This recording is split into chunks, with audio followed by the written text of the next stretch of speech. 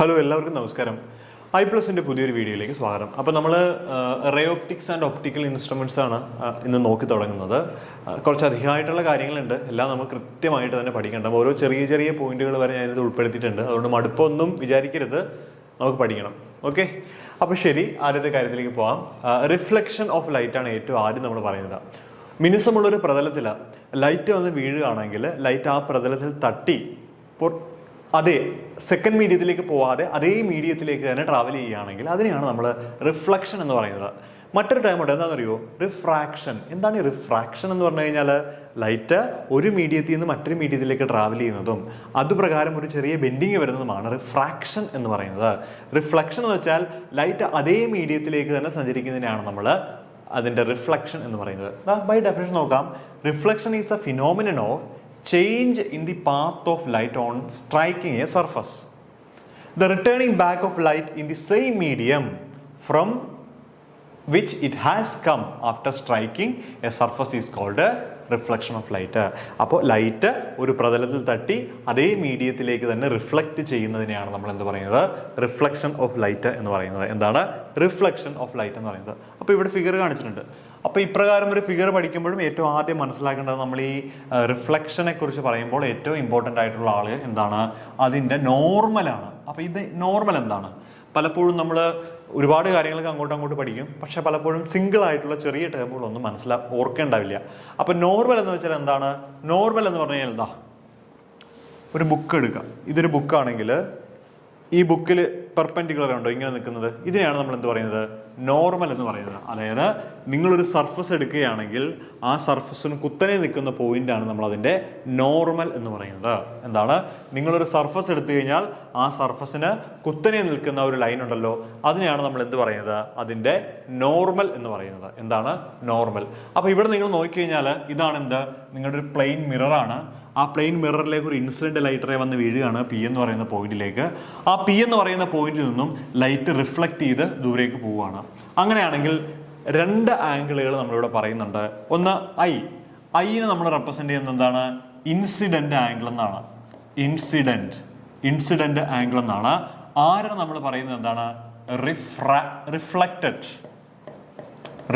Angle. Refracted പുറകെ വരുന്നേ ഉള്ളൂ. ഓക്കെ, അപ്പൊ angle of incidence and angle of reflection 6. അപ്പോൾ ഇതിനൊരു നോർമൽ ഉണ്ടാവും. ഇതൊരു ഇൻസിഡന്റ് റേ ആണ്, ഇതൊരു റിഫ്ലക്റ്റഡ് റേ ആണ്. Okay, then laws of reflection. അപ്പോൾ ഈ റിഫ്ലക്ഷനുമായിട്ട് ബന്ധപ്പെട്ട് ലോ നമുക്ക് പഠിക്കാനാണ്. വളരെ സിമ്പിൾ ആയിട്ടുള്ള കാര്യങ്ങളാണ്, നമ്മളിത് ലോ ആക്കി എഴുതി വെച്ചിട്ടേ ഉള്ളൂ. അപ്പോൾ ആ കാര്യങ്ങൾ നോക്കാം. അപ്പോൾ ഒന്നാമത്തെ ലോ ആണ് 1, 2 എന്നൊരു നമ്പർ ഇട്ട് പോയിട്ടുണ്ട്. അപ്പോൾ ഒന്നാമത്തെ law, the incident ray, the reflected ray and normal to the reflecting surface at the point of incidence all lies in the same plane. അതായത് 3 കാര്യങ്ങളാണ്.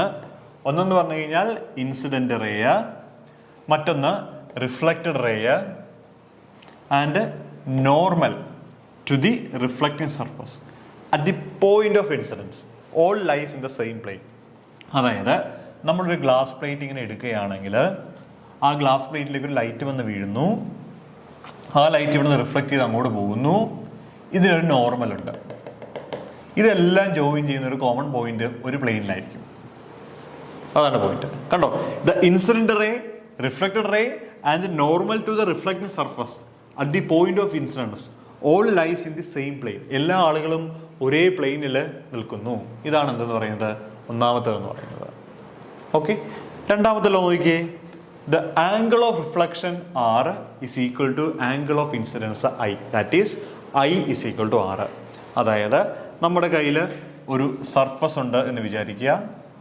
ആ സർഫസിന് ഒരു നോർമൽ ഉണ്ട് എന്ന് വിചാരിക്കുക. ഒരു ഇൻസിഡന്റ് ലൈറ്റ് I ഉണ്ടെന്ന് വിചാരിക്കുക. ഒരു റിഫ്ലക്റ്റഡ് ലൈറ്റ് R ഉണ്ടെന്ന് വിചാരിക്കുക. ഓക്കെ, അങ്ങനെയാണ് എങ്കിൽ angle I is equal to എന്തായിരിക്കും? ആംഗിൾ ആർ ആയിരിക്കും. എന്താണ്? Angle I is equal to എന്താണ്? Angle R. Angle I is equal to എന്താണ്? Angle R. ഇതാണ് സെക്കൻഡ് ലോ. അതായത് ഇൻസിഡന്റ് ആംഗിളും റിഫ്ലക്റ്റഡ് ആംഗിളും എങ്ങനെയാണ്? തുല്യമാണ്. എന്താണ്? ഇൻസിഡന്റ് ആംഗിളും റിഫ്ലക്റ്റഡ് ആംഗിളും എങ്ങനെയാണ്? തുല്യമാണ്. അതാണ് ആ ഒരു രണ്ടാമത്തെ പോയിന്റ്. മൂന്നാമത്തെ പോയിന്റ് അല്ല, രണ്ടാമത്തെ ലോ. ഓക്കെ, അപ്പോൾ incident light, reflected light, incident light, reflected light, normal, ഇതെല്ലാം ഒരു പോയിന്റിൽ ഒരു പ്ലെയിനിൽ കോയിൻസൈഡ് ചെയ്യുന്നതാണ് ഫസ്റ്റ് ലോ എന്ന് പറയുന്നത്. രണ്ടാമത്തെ ലോ, ഇൻസിഡന്റ് ആംഗിളും റിഫ്ലക്റ്റഡ് ആംഗിളും ഒരേ ആംഗിൾ തുല്യമായിട്ടുള്ള കോണളവിലാണ് ഉണ്ടാവുന്നത്. ദാറ്റ് മീൻസ് കോൺ I is equal to കോൺ R. Third one is for normal incidence I is equal to 0 degree, therefore R is equal to 0 degree. Hence, the ray of light falling normally on a mirror retraces its path on reflection. മൂന്നാമത്തെ law പറയുന്ന കാര്യം ഇതാണ്. അതായത് നമ്മുടെ കയ്യിൽ ഒരു surface ഉണ്ട്. ഇതാണ് നമ്മുടെ സർഫസ് എന്ന് വിചാരിക്കുക. ഒരു ലൈറ്റിന് നേരെ കുത്തനെ വന്ന് വീഴുകയാണ്. അതായത് angle of incidence I is equal to എത്രയാണ്? 0 ആണ്.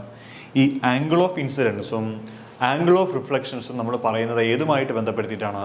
നോർമലുമായിട്ടുണ്ടാക്കുന്ന ആംഗിളാണ്. അപ്പൊ നോർമലിന്റെ അതേ പാതയിലൂടെ കുത്തനെ വന്നുകൊണ്ട് ലൈറ്റ് വീഴുന്നതെങ്കിൽ അവിടുത്തെ angle of incidence I is equal to എത്രയാണ്? 0 ആണ്. സ്വാഭാവികമായിട്ടും ലൈറ്റ് ഇവിടെ തട്ടിയിട്ട് ഈ ലൈറ്റ് നേരെ മുകളിലോട്ട് പോകും. പിടികിട്ടിയോ? അപ്പൊ എന്ത് ചെയ്യും? ലൈറ്റ് ഈ സർഫസിൽ തട്ടി ലൈറ്റ് നേരെ മുകളിലോട്ട് പോകും. സ്വാഭാവികമായിട്ടും നമുക്ക് ആംഗിൾ ഓഫ് റിഫ്രാക്ഷനും എന്തായിട്ട് എഴുതാം? 0 ഡിഗ്രി ആയിട്ട് എഴുതാനായിട്ട് പറ്റും. അതായത് ആംഗിൾ ഓഫ് ഇൻസിഡൻസും ആംഗിൾ ഓഫ് റിഫ്ലക്ഷനും എങ്ങനെയാണ്? 0 ഡിഗ്രി ആംഗിളാണ്, ഒരേ ആംഗിളാണ്. അത് മാത്രമല്ല, വരുന്ന അതേ പാതയിലൂടെ തന്നെ റിഫ്ലക്റ്റഡ് റേ റീട്രേസ് ചെയ്യും എന്നുള്ളതാണ് അടുത്തൊരു പോയിന്റ്. ഓക്കെ, അപ്പോൾ അതാണ് മൂന്നാമത്തെ law. For normal incidence I is equal to 0 degree, therefore R is equal to 0 degree. Hence a ray of light falling normally on a mirror retraces its path on its reflection. അപ്പോൾ റിഫ്ലക്ഷന് ഇതായിട്ട് എന്ത് ചെയ്യും? ഒരേ പാത്തിലൂടെ തന്നെ അത് follow ചെയ്ത് പോകും എന്നുള്ളതാണ്. അപ്പോൾ 3 ലോകളാണ് നമുക്ക് ലോ ഓഫ് റിഫ്ലക്ഷനുമായിട്ട് ബന്ധപ്പെട്ടിട്ട് പറയാനുള്ളത്. ഓക്കെ, അടുത്തത് reflection of light from a plane mirror. ഒരു പ്ലെയിൻ മിറർ അല്ലേ, കോൺവെക്സോ കോൺകേവോ അങ്ങനെയൊന്നുമില്ല. എന്താണ്? ഒരു പ്ലെയിൻ മിറർ എടുക്കുക. ആ പ്ലെയിൻ മിററിലെ റിഫ്ലക്ഷനുമായിട്ട് ബന്ധപ്പെട്ടിട്ട കാര്യങ്ങളാണ് നമ്മൾ ഇനി പറയാൻ പോകുന്നത്. നോക്കാം. In a plane mirror image formed is always virtual. ഇതൊക്കെ വളരെ ഇമ്പോർട്ടൻ്റ് ആട്ടോ. സോ പ്ലെയിൻ മിററിൽ ഇമേജ് എന്ന് പറയുന്നത് എന്താണ്? വിർച്വൽ ഇമേജ് ആണ്, ഇറക്റ്റ് ആണ്, നിവർന്ന് നിൽക്കുന്ന ആളുകളാണ്. And at the same distance behind the mirror as the object in front of the mirror. അതായത് ഒരു മിററിന്റെ ഫ്രണ്ടിൽ, ബിഹൈൻഡ്, പുറകിലാണ് ഇമേജ് ഫോം ചെയ്യുന്നത്. എത്ര ദൂരത്തിലാണ് ഇമേജ് ഫോം ചെയ്യുന്നത് ചോദിച്ചു കഴിഞ്ഞാൽ, മിററിന്റെ മുന്നിൽ എത്ര അകലത്തിലാണോ ഒബ്ജക്റ്റ് ഇരിക്കുന്നത് അതേ ദൂരം മിററിന്റെ പുറകിലായിട്ടാണ് എന്തുണ്ടാവുന്നത്? ഇമേജ് ഫോം ചെയ്യുന്നത്. പിടികിട്ടുന്നുണ്ടോ? 3 പോയിന്റുകളാണ്. എന്താണ്? In a plane mirror image formed is always virtual and erect, നിവർന്ന് നിൽക്കുന്നതും വിർച്വലുമായിരിക്കും. And the same distance behind the mirror as the object is in front of the mirror. Okay, അപ്പോൾ എന്താണ് കാര്യം? നമ്മുടെ മിററിന്റെ ഇമേജ് ഫോം ചെയ്യുന്നത് മിററിന്റെ പുറകിലാണ്. മിററിന്റെ മുന്നിൽ ഒബ്ജക്റ്റ് എത്ര ദൂരത്തിലാണ് ഇരിക്കുന്നത് അത്രത്തോളം ദൂരം മിററിന്റെ പുറകിലേക്ക് മാറിയാണ് ഇമേജ് ഫോം ചെയ്യുന്നത്. ഓക്കെ, അടുത്ത point, total number of images. വളരെ ഇമ്പോർട്ടൻ്റ് ആണ് ഇത്. ഈ കൊച്ചു PSC പരീക്ഷയ്ക്ക് പോലും ചോദിച്ച് കണ്ടിട്ടുള്ളതാണ്. ഫിസിക്സ് ആണ്, പക്ഷേ എങ്കിലും നമ്മൾ ചോദിച്ച് കണ്ടിട്ടുണ്ട്. നമുക്ക് നോക്കാം. The total number of images formed when object is placed between 2 plane mirrors which are incident at an angle of theta. അതായത് 2 പ്ലെയിൻ മിററുകൾ തീറ്റ ആംഗിളിൽ അറേഞ്ച് ചെയ്ത് കഴിഞ്ഞാൽ എത്ര ഇമേജുകൾ ഫോം ചെയ്യും? ഉദാഹരണത്തിന് ഇപ്പോൾ 2 മിററുകൾ ഇങ്ങനെ 2 മിററുകൾ വെച്ചിട്ടുണ്ടെന്ന് വിചാരിക്കും, ചരിച്ച് 45 ഡിഗ്രിയിൽ ആംഗിൾ വെച്ചിട്ടുണ്ട്. ഇവിടെ ഒരു ഒബ്ജക്റ്റ് വെക്കുകയാണെങ്കിൽ എത്ര ഇമേജസ് ഫോം ചെയ്യും? അല്ലെങ്കിൽ 30 ഡിഗ്രിയിൽ ഇങ്ങനെ വെക്കുകയാണെങ്കിൽ, അല്ലെങ്കിൽ 150 ഡിഗ്രിയിൽ വെക്കുകയാണെങ്കിൽ എത്ര ഇമേജസ് ഫോം ചെയ്യും? അല്ലെങ്കിൽ 30 ഡിഗ്രിയിൽ ഇങ്ങനെ കോണളവിൽ 2 മിററുകൾ ചേർത്ത് വെച്ച് കഴിഞ്ഞാൽ, പ്ലെയിൻ മിററുകൾ ചേർത്ത് വെച്ച് കഴിഞ്ഞാൽ എത്ര ഇമേജസ് ഫോം ചെയ്യും എന്നുള്ളതാണ് നമ്മൾ പറയാൻ പോകുന്നത്. ഇവിടെ നോക്കുക, വളരെ ഇൻട്രസ്റ്റിംഗ് ആയിട്ടുള്ള 2 ഇക്വേഷൻസുകളാണ് ഇതിനുള്ളത്. അതായത് n ഈക്വൽ ടു എത്രയാണ്? 360/θ-1. എന്താണ്? n is equal to 360/θ-1. അപ്പോൾ ഏറ്റവും ആദ്യം ചെയ്യേണ്ടത് എങ്ങനെയാണ്? നിങ്ങൾ തീറ്റ എത്രയാണെന്ന് ചോദിച്ചു തന്നിട്ടുണ്ടാവും. നിങ്ങൾക്ക് പറയും തീറ്റ 30 ഡിഗ്രിയാണെന്ന് തന്നിട്ടുണ്ടാവും, അങ്ങനെയൊക്കെ പറയും. അപ്പോൾ ആദ്യം ചെയ്യേണ്ട 360/θ ചെയ്യുക. എന്താണ്? 360/θ ചെയ്യുക. അങ്ങനെ ചെയ്യുമ്പോൾ ഈവൻ ഇൻറ്റിജർ ആണ് കിട്ടുന്നതെങ്കിൽ, എന്താണ്? ഈവൻ ഇൻറ്റിജർ ആണ് കിട്ടുന്നതെങ്കിൽ n ഈക്വൽ ടു 360°/θ-1. ഇത്രയും ഇമേജുകൾ അവിടെ ഫോം ചെയ്യുമെന്ന് അർത്ഥം. ഇനി 360°/θ ചെയ്യുമ്പോൾ n എന്ന് പറഞ്ഞ കിട്ടുന്ന വാല്യൂ ഓടാണെങ്കിൽ, അതായത് 360/θ ചെയ്ത് കഴിഞ്ഞാൽ കിട്ടുന്നത് ഓടാണെങ്കിൽ എന്ത് ചെയ്താൽ മതി? n ഈക്വൽ ടു 360°/θ എന്നതായിരിക്കും എണ്ണം എന്ന് പറയുന്നത്. ഓക്കെ, അപ്പൊ തീറ്റ ആംഗിളിൽ മിറർ അറേഞ്ച് ചെയ്തിട്ടുണ്ട് എന്ന് പറഞ്ഞിട്ട് പറയുകയാണെങ്കിൽ ഏറ്റവും ആദ്യം ചെയ്യേണ്ടത് എന്താണ്? 360°/θ ചെയ്യുക. എന്താണ്? 360°/θ ചെയ്യുക. 360°/θ ചെയ്യുമ്പോൾ ഈവൻ ഇൻറ്റിജർ ആണ് കിട്ടുന്നതെങ്കിൽ n കണ്ടുപിടിക്കണമെങ്കിൽ 360/θ - 1 ചെയ്യുക. ഇനി 360/θ ചെയ്യുമ്പോൾ ഓഡ് ഇൻറ്റിജർ ആണ് കിട്ടുന്നതെങ്കിൽ n = 360/θ ചെയ്യുക. പിടികിട്ടുന്നുണ്ടോ? അപ്പോൾ ഇങ്ങനെയാണ് നമുക്ക് നമ്പർ ഓഫ് ഇമേജസ് ഫോംഡ് കണ്ടുപിടിക്കാനായിട്ട് ഉപയോഗിക്കേണ്ട ഇക്വേഷൻ. ഓക്കെ. നമ്മൾ മിക്കവാറും പുസ്തകങ്ങളിലൊക്കെ ഇതൊരെണ്ണം മാത്രമേ കാണുള്ളൂ, ഈ കണ്ടീഷൻ തരില്ല. പക്ഷേ എല്ലാത്തിനും നമ്മൾ ഇട്ട് കൊടുത്താൽ കിട്ടില്ല. അപ്പോൾ ഓർക്കുക, 360/θ ചെയ്യുമ്പോൾ ഈവൻ ആണ് കിട്ടുന്നതെങ്കിൽ അതേ ഇക്വേഷൻ ഉപയോഗിക്കാം. ഓടാണ് കിട്ടുന്നതെങ്കിൽ ആ 1 കളഞ്ഞിട്ട് ബാക്കിയുള്ളത് എഴുതി വയ്ക്കുക.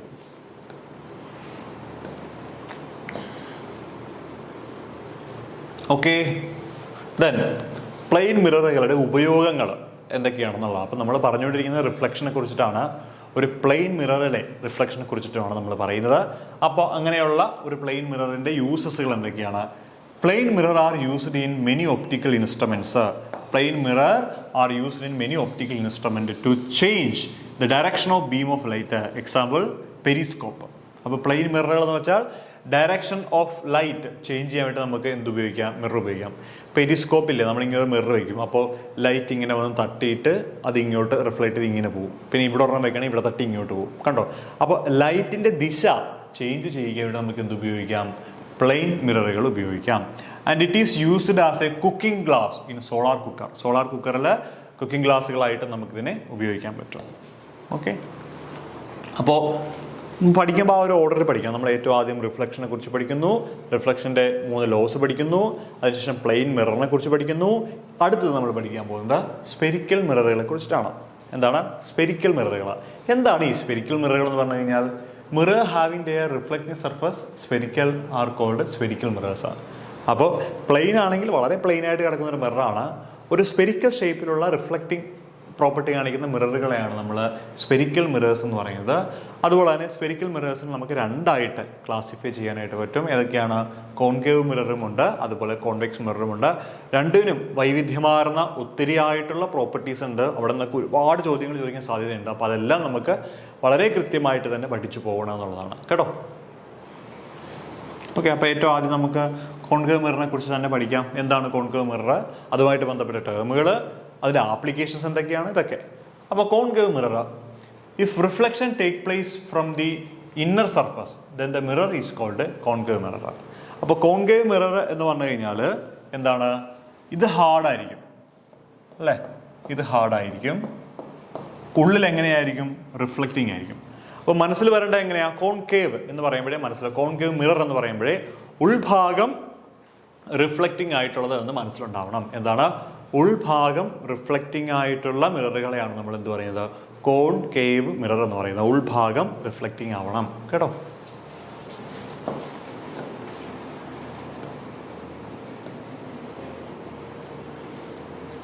ഓക്കെ. കോൺവെക്സ് മിറർ ആണെങ്കിൽ എന്താണ്? ഉൾഭാഗം റിഫ്ലക്റ്റിംഗ് ആയിരിക്കില്ല, പുറം ഭാഗം. അതായത് ഇവിടെ നമുക്ക് ഇങ്ങനെ വരയ്ക്കാം. Okay. Concave mirror, if reflection take place from the outer surface then the mirror is called convex. അതായത് പുറത്തു നിന്നാണ് റിഫ്ലക്ഷൻസ് നടക്കുന്നതെങ്കിൽ നമുക്ക് അതിന് എന്ത് പറയാം? കോൺവെക്സ് മിറർ എന്ന് പറയാം. എന്താണ്? Convex mirror. Then terms related to spherical mirrors. ഈ സ്പെരിക്കൽ മിററുമായിട്ട് ബന്ധപ്പെട്ട ടേമുകൾ, ഒത്തിരി ടേമുകളുണ്ട്. നമുക്ക് എന്തൊരു കാര്യത്തെക്കുറിച്ച് പഠിക്കുകയാണെങ്കിൽ അതുമായിട്ട് ബന്ധപ്പെട്ട ടേമുകൾ അറിയാമെങ്കിൽ മാത്രമേ നമുക്ക് ചെയ്യാൻ പറ്റുള്ളൂ. അപ്പോൾ അതുകൊണ്ട് മിററുകളുമായിട്ട് ബന്ധപ്പെട്ട കുറച്ച് ടേംസുകൾ വളരെ ഇമ്പോർട്ടൻ്റ് ആയിട്ട് നമ്മളെപ്പോഴും കേൾക്കുന്നതാണെങ്കിൽ പോലും കൃത്യമായിട്ടുള്ള ധാരണ ഉണ്ടാവില്ല. അപ്പോൾ അതുകൊണ്ട് അതൊക്കെ ഒന്ന് പഠിച്ചിട്ട് നമുക്ക് പോകാം അല്ലേ? ശരി. അപ്പോൾ ഏറ്റവും ആദ്യം നമ്മൾ പറയാൻ പോകുന്നത് പോളിനെ കുറിച്ചിട്ടാണ്. എന്താണ് പോൾ എന്ന് പറഞ്ഞു കഴിഞ്ഞാൽ? Pole, what is pole? Geometric centre of the spherical surface is called pole of a mirror. Okay. നമ്മൾ ലെൻസ് എടുത്തു കഴിഞ്ഞാലും മിറർ എടുത്തു കഴിഞ്ഞാലും ഇതെല്ലാം ഒരു സ്ഫിയറിൻ്റെ പാർട്ടാണ് ശരിക്കും പറഞ്ഞു കഴിഞ്ഞാൽ. ശരിക്കും ഇപ്പം നിങ്ങൾക്കൊരു കോൺകേവ് മിറർ ഉണ്ടാക്കണമെങ്കിൽ എന്ത് ചെയ്യണം? ഇങ്ങനൊരു സ്ഫിയർ ഉണ്ട്. ഈ സ്ഫിയറിൻ്റെ ഈ ഭാഗം വെട്ടിയെടുക്കണം. വെട്ടിയെടുക്കാൻ നമുക്ക് എന്ത് കിട്ടും? ഒരു ചെറിയ ഭാഗം കിട്ടും. എന്നിട്ട് എന്ത് ചെയ്യും? പുറമേ നമ്മളിങ്ങനെ മെർക്കുറി പൂശും. അപ്പോൾ ഉൾഭാഗം റിഫ്ലക്റ്റിംഗ് ആയിട്ട് നമുക്ക് കിട്ടും. പിടികിട്ടിയോ? അപ്പോൾ ശരിക്കും പറഞ്ഞാൽ ഈ പറയുന്ന കോൺകേവ് മിറർ എന്ന് പറയുന്നത് എന്താണ്? ഒരു സ്ഫിയറിൻ്റെ ചെറിയ ഭാഗമാണ്. എന്താണ്? ഒരു സ്ഫിയറിൻ്റെ ചെറിയ ഭാഗമാണ്. ഓക്കെ. അപ്പോൾ geometric centre of a spherical surface is called pole of mirror.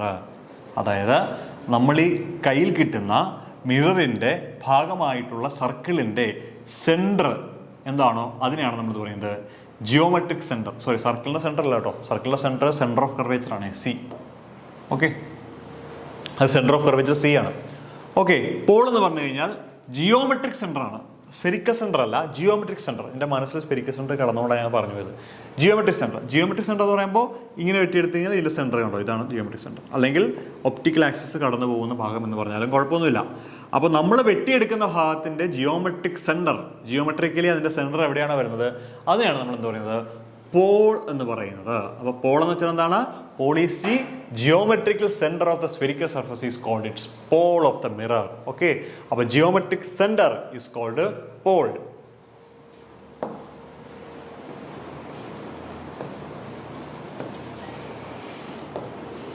Okay, അടുത്തത് principal axis. The line joining the pole and the center of curvature is called the principal axis. അപ്പോൾ സെന്റർ ഓഫ് കർവേച്ചർ പറഞ്ഞിട്ട് നമുക്ക് principal axis പറഞ്ഞാൽ പോരെ, മതി. അപ്പോൾ centre of curvature എന്താണെന്ന് ആദ്യം പറയാം.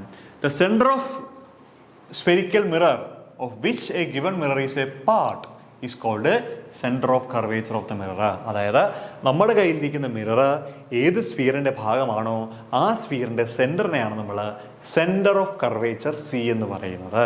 എന്താണ് സെന്റർ ഓഫ് കർവേച്ചർ സി? ഇതാ ഇപ്പൊ ഫിഗർ ഉണ്ട് കണ്ടോ, ഇപ്പൊ ഇവിടുത്തെ ഒരു മിറർ നോക്കിയേ, ഇതാണ് നമ്മുടെ മിറർ എന്ന് വിചാരിക്കുക. മിറർ അതുമായിട്ട് ബന്ധപ്പെട്ടൊരു സർക്കിളാണിത് കണ്ടോ. ആ സർക്കിളിന്റെ സെന്റർ എന്താണോ ആ സെന്ററിനെയാണ് നമ്മൾ സി എന്ന് പറയുന്നത്, സെന്റർ ഓഫ് കർവേച്ചർ. ഇതിനെയാണ് നമ്മൾ പോൾ എന്ന് പറയുന്നത്, പി. അങ്ങനെയാണെങ്കിൽ സെന്റർ ഓഫ് കർവേച്ചറിനെയും പോളിനെയും തമ്മിൽ കണക്ട് ചെയ്യുന്ന ഒരു ലൈൻ ഉണ്ടല്ലോ, ആ ലൈന് വിളിക്കുന്ന പേരാണ് എന്ത്, ഒപ്റ്റിക് ആക്സിസ് അല്ലെങ്കിൽ പ്രിൻസിപ്പൽ ആക്സിസ്. രണ്ടുപേര് പറയാം, ഒപ്റ്റിക്കൽ ആക്സിസ് അല്ലെങ്കിൽ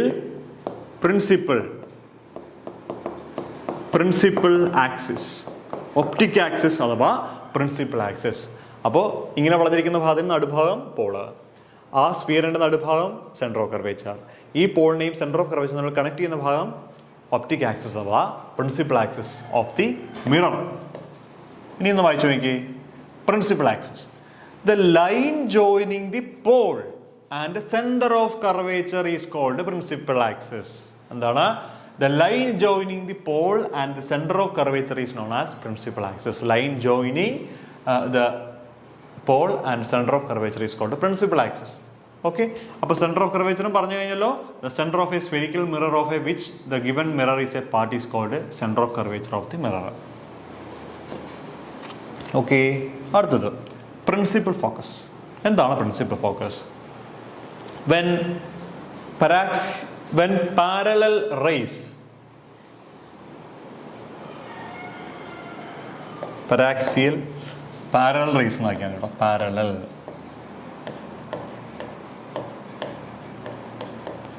പാരാക്സിയൽ എന്ന് പറയാനും കുഴപ്പമൊന്നുമില്ല, ആക്സിസിന് പാരലൽ ആയിട്ട് വരുന്ന ആള്.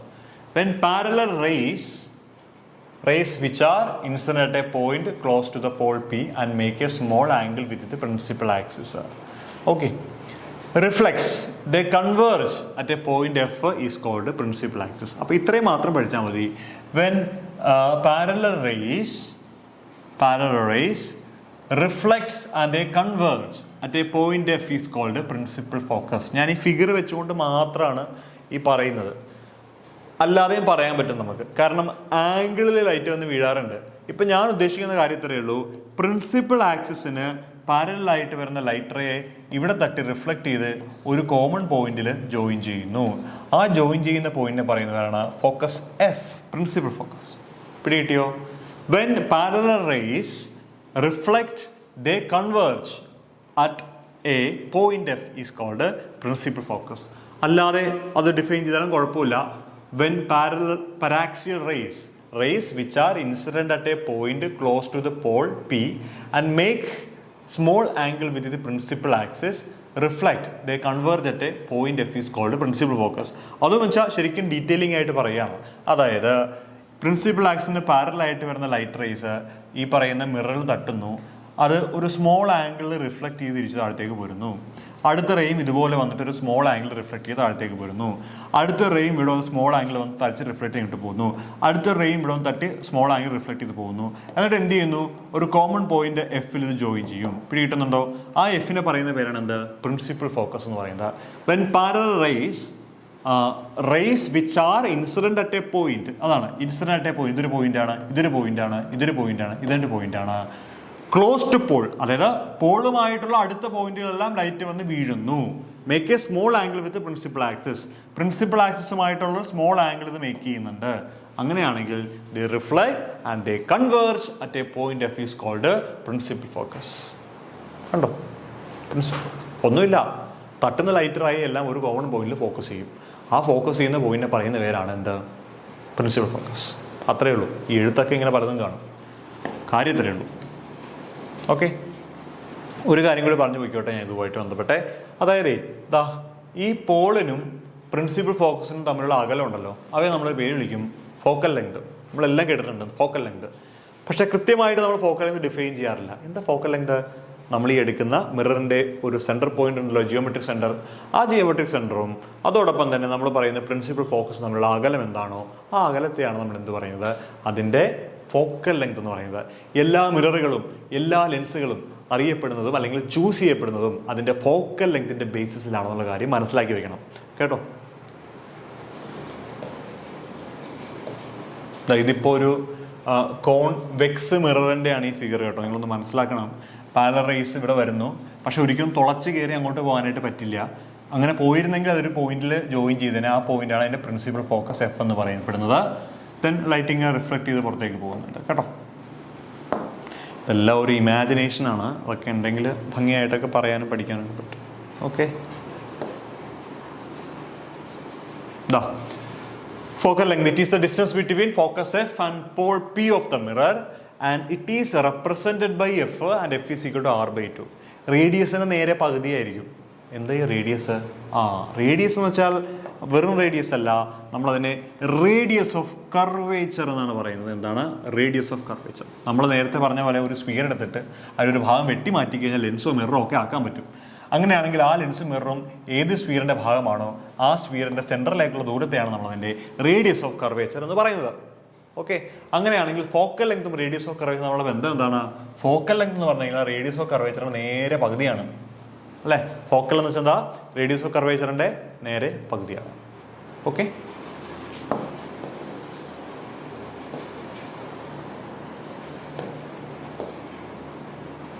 ഓക്കെ, അപ്പോൾ നമുക്ക് തൽക്കാലം ഇവിടെ നിർത്താം അല്ലേ? നമുക്ക് ഇനിയും ഒത്തിരി കാര്യങ്ങളുണ്ട് പറയാനായിട്ട്. ഓക്കെ, അപ്പോൾ നമുക്ക് അടുത്ത ക്ലാസ്സിൽ ഇതിൻ്റെ ബാക്കി ടേം നമ്മൾ കോൺവെക്സ് മിറർ ഇപ്പോഴും നമ്മൾ കംപ്ലീറ്റ് ആക്കിയിട്ടില്ല. കോൺവെക്സ് മിററിൻ്റെ അത്യാവശ്യമുള്ള കാര്യങ്ങളെല്ലാം നമ്മൾ പറഞ്ഞു കഴിഞ്ഞു. ഇനി കോൺവെക്സ് മിററായിട്ട് ബന്ധപ്പെട്ടിട്ടുള്ള 2 ടേമുകളും അതോടൊപ്പം അതിൻ്റെ സൈൻ കൺവെൻഷൻ മുതലായ കാര്യങ്ങളെല്ലാം നമുക്ക് അടുത്ത ക്ലാസ്സിൽ ഡിസ്കസ് ചെയ്യാം. Thank you.